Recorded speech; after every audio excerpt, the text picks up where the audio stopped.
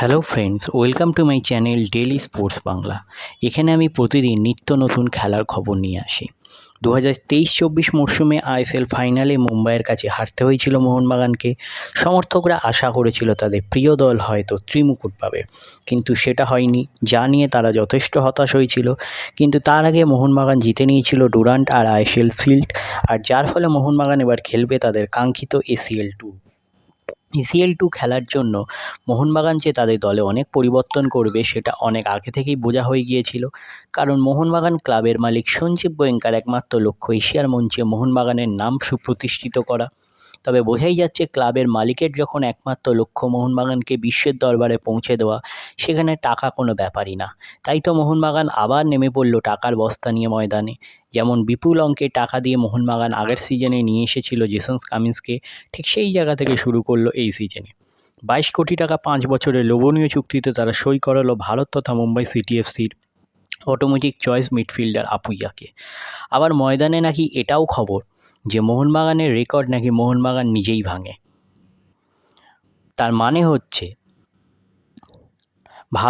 তারা মোহনবাগান নিজেই ভাঙে, মানে হলো যে ভারত তথা মুম্বাইয়ের বর্তমানে সবথেকে গতিশীল উইঙ্গার ছাংতেকে 5 বছরে 30 কোটি টাকার অফার দেওয়া হয়েছে। যদিও তার সত্যতা আমরা কেউ জানি না, পরবর্তীকালে আমরা জানতে পারি যে ছাংতে আবার মুম্বাই দলেই রয়েছেন, মুম্বাই দল থেকে তিনি কোথাও যাননি। এবার আসি এবছর বিদেশি দল গঠন নিয়ে। আগেই জানা ছিল মোহনবাগানের নয়নের মণি দিমিত্রি পেত্রাতস থাকছেন, সাথে অজি বিশ্বকাপার কামিন্স থাকছেন। কিন্তু আর্মান্দো সাদিকুকে নিয়ে ক্লাবের মধ্যে সংশয় রয়েছে, তাকে রাখা হবে না ছাড়া হবে। অন্যদিকে অস্ট্রেলিয়া লিগের টপ স্কোরার জিমি ম্যাকলারেনের সাথে কথা প্রায় চূড়ান্ত।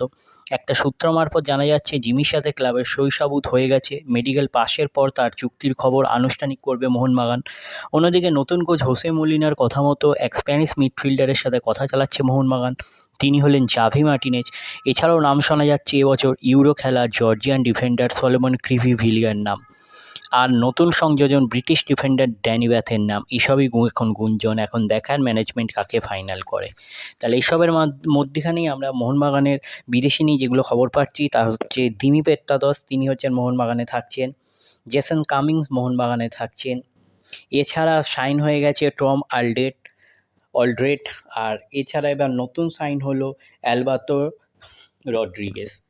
এবার আসন্ন মরশুমে সবুজ মেরুনের শিবিরে খেলতে চলেছেন একাধিক নামী বিদেশি ফুটবলার। আলবার্তো রড্রিগেজ তাদের মধ্যে অন্যতম। কেরিয়ার জুড়ে তিনি খেলেছেন একাধিক বিভিন্ন ক্লাবে। তিনি যেমন খেলেছেন ইন্দোনেশিয়ার ক্লাবে, সেরকম বিভিন্ন ক্লাবে তিনি খেলেছেন। আলবার্তো রড্রিগেজ তার পেশাদারী ক্লাব কেরিয়ারে বেশিরভাগ সময় খেলেছেন স্পেনের বিভিন্ন ক্লাবে। স্পেন ছাড়া খেলেছেন ইন্দোনেশিয়া খেলার পরেই যোগ দিয়েছেন মোহনবাগান সুপার জায়ান্টসে। ইন্দোনেশিয়া খেলে পেয়েছেন সাফল্য, ট্রফি জিতেছেন, ট্রফি জয় করার পর যোগ দিয়েছেন ভারতীয় ক্লাবে। দীর্ঘদেহী সেন্টার ব্যাক ইন্দোনেশিয়ার পার্সিবং বান্ডুং এর হয়ে খেলে জিতেছেন খেতাব। এই ক্লাবের হয়েই তিনি জয় করেছিলেন লিগা 1 2023-24।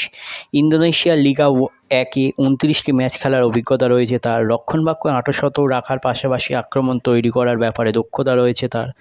হোসে মলিনার কোচিংয়ের সঙ্গে মানিয়ে নিতে পারলে নিচ থেকে আক্রমণ গড়ার ক্ষেত্রে গুরুত্বপূর্ণ ভূমিকা নিতে পারেন তিনি। ইন্দোনেশিয়ার প্রধান লিগের সেরা একাদশে রাখা হয়েছিল স্পেনের এই দীর্ঘদেহী সেন্টার ব্যাককে। নিজের ডিফেন্সিভ কোয়ালিটির জন্যই সেরা একাদশে জায়গা পেয়েছিলেন অ্যালবার্তো রড্রিগেজ। তাহলে এই হলো আজকে আমার ভিডিও। তাহলে আবার বলছি, আমার চ্যানেল যদি আপনাদের ভালো লেগে থাকে অবশ্যই চ্যানেলটিকে সাবস্ক্রাইব করে নেবেন এবং পাশে রাখা বেল আইকনটিকে ক্লিক করবেন যাতে সবার প্রথমে আপনার আমার ভিডিও দেখতে পারেন। ধন্যবাদ।